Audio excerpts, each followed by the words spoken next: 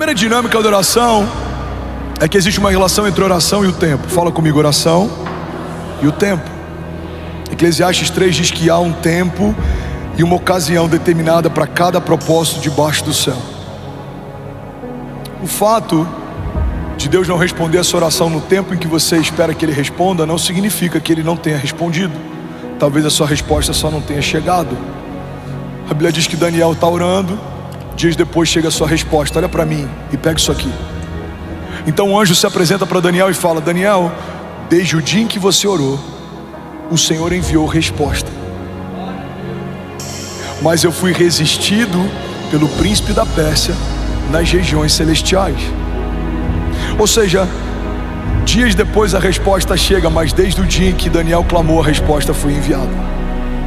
Vou falar de novo e alguém incendiado por Jesus desse lado esquerdo vai pegar essa chave. No mesmo dia em que Daniel ora, Deus responde, mas dias depois a resposta chega.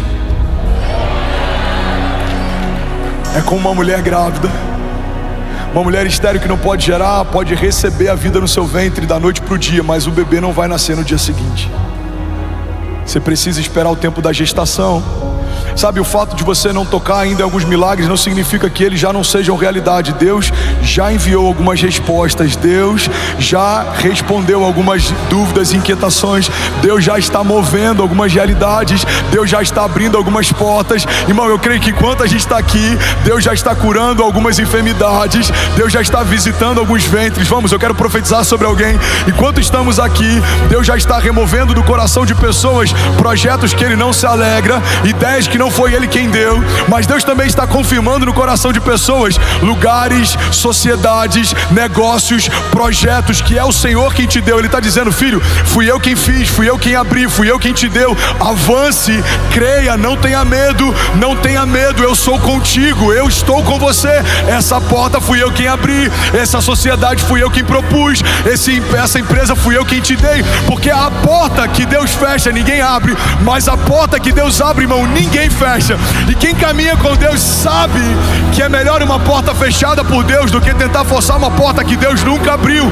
É melhor você ter algo que Deus retirou de você do que tentar retirar de Deus algo que Deus disse que não é mais para esse tempo. Tem lugares que você amava estar, Deus mandou você sair, você não sabe por quê, mas você não ouvia conversas que Deus ouviu, você não viu coisas que Deus viu. Tem lugares que você amava estar, pessoas que você queria com você, mas o próprio Deus retirou. Por quê, pastor? Porque Ele sabe daquilo que você não sabe, Ele vê aquilo que você não vê. Talvez no seu tempo presente não faça sentido algumas renúncias, mas no seu tempo futuro elas vão fazer todo sentido. Tem estações, irmão, que Deus nos pede coisas que parece que agora tudo está desmoronando. Deus remove bases de segurança, Deus remove pessoas, conexões, alianças, mas a verdade é que quem caminha com Deus, mesmo em momentos que parece que tudo está desmoronando, na verdade no seu destino profético está tudo se encaixando. José foi vendido, mas a venda dos seus irmãos deixou ele mais perto do seu destino profético. Irmão, Davi foi esquecido, mas quando o profeta manda chamar, naquele dia a unção liberou o seu destino profético. A gente vê muitos homens de Deus que por algum momento eles foram empurrados por uma tribulação ou tempestade, mas aquela tempestade foi o passaporte para o cumprimento de um destino profético. O que seria de José se não fosse a venda dos seus irmãos? O que seria Davi se não fosse a perseguição de Saul? O que seria Moisés se não fosse o genocídio de uma geração? Será que os braços da filha de Faraó teriam recebido Moisés se aquele menino não precisasse fugir da morte lançado num cesto? Será que José falaria para o copeiro e para o padeiro a respeito de revelação de sonhos se não estivesse no mesmo cativeiro em que eles estavam?